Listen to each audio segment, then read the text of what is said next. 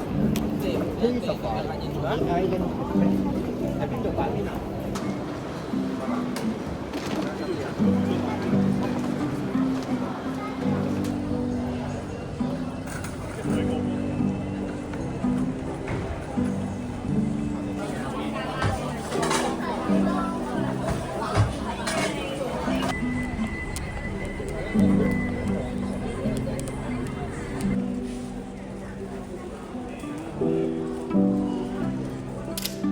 ？Hello，大家，我而家身處喺香港機場，冇錯，我返咗香港，咁咧，我而家就準備咁樣返去英國啦。咁今日咧係25年嘅12月27號啦，咁咧我就想做一個少少嘅年度回顧咁樣嘅，咁咧我諗呢條片應該會插隊出咗線，因為係年度回顧啦。咁咧，我諗大家應該都有啲悶，睇到我周圍去唔同嘅旅行啊，或者我做一啲坐飛機嘅片啦。咁所以咧，我就今次就做一個唔同嘅形式嘅影片咧，就同大家 update 一下我25年發生咗啲咩事啦，同埋做一個今年嘅年度回顧嘅。咁咧，其實咧，今年如果要同我講一個大主題嘅話咧，我會話25年係一個混亂嘅一年啦，因為我今年真係經歷咗好多唔同嘅嘢啦，咁有開心啦，亦都有唔開心嘅嘢嘅。咁咧，講下發生啲咩事啦，咁簡短嚟講下啦，我都唔想講咁耐。咁咧就係今年咧，我終於就去咗外國讀書啦，咁呢樣嘢係我之前 plan 咗好耐嘅，咁就亦都係我好期待，都雖然期待，但係都好緊張嘅一樣嘢啦，因為去一個未知嘅環境下開始有個新嘅生活啦，咁係都幾 scary 嘅。咁另外就係我今年咧就辭咗職啦，亦都係好開心嘅。咁咧，如果你真係想知我發生咗啲咩事咧，可以睇翻我之前嗰條 podcast， 咁就有講我點解我會辭職啦，同埋我工作內容係啲乜嘢嘅。咁咧就係 kind of 就係今年25年啦，發生咗好多人生嘅大事啦。咁就好似我今年咧就好似係一個過山車嘅狀態咁樣，又高又低，又高又低咁樣嘅，咁就有開心啦，亦都有啲唔開心嘅嘢嘅。Overall 嚟講咧，今年其實對我嚟講唔算一個特別開心或者特別好嘅一年嘅，咁咧都係 OK 啦，正常常，咁就係咁樣過咗一年嘅狀態啦，咁樣，咁係咯，咁就講下點解我會翻嚟香港先。咁就係其實咧，我係冇諗過，即係我11月會翻嚟啦，跟住12月喺香港過聖誕嘅。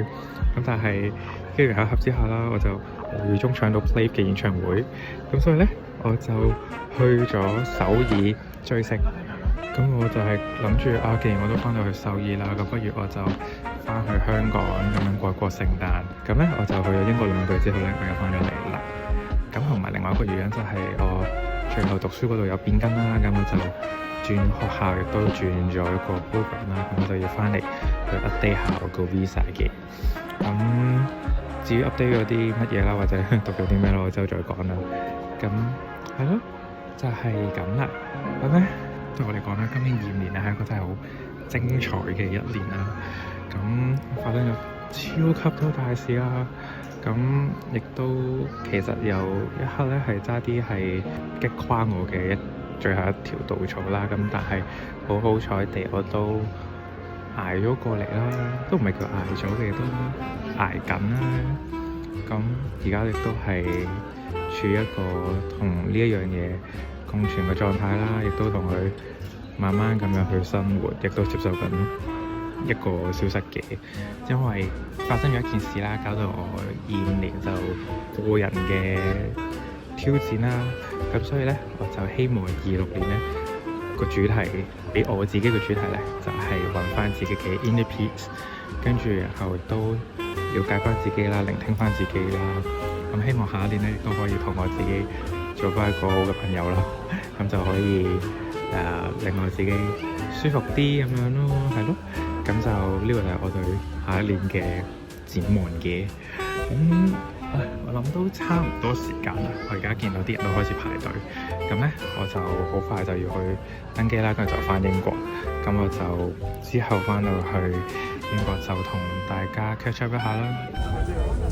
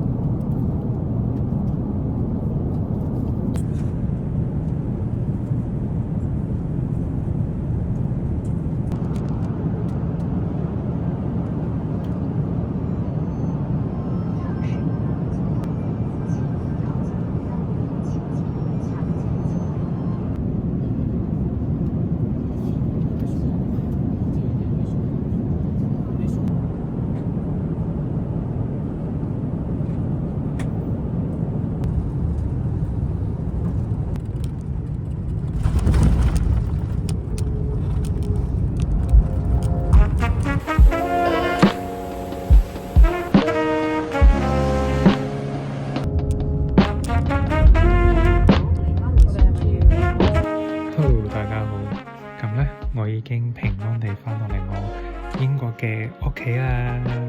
咁希望大家中意我啱先嘅遊記啦，咁就帶大家同我一齊由香港飛翻去啦。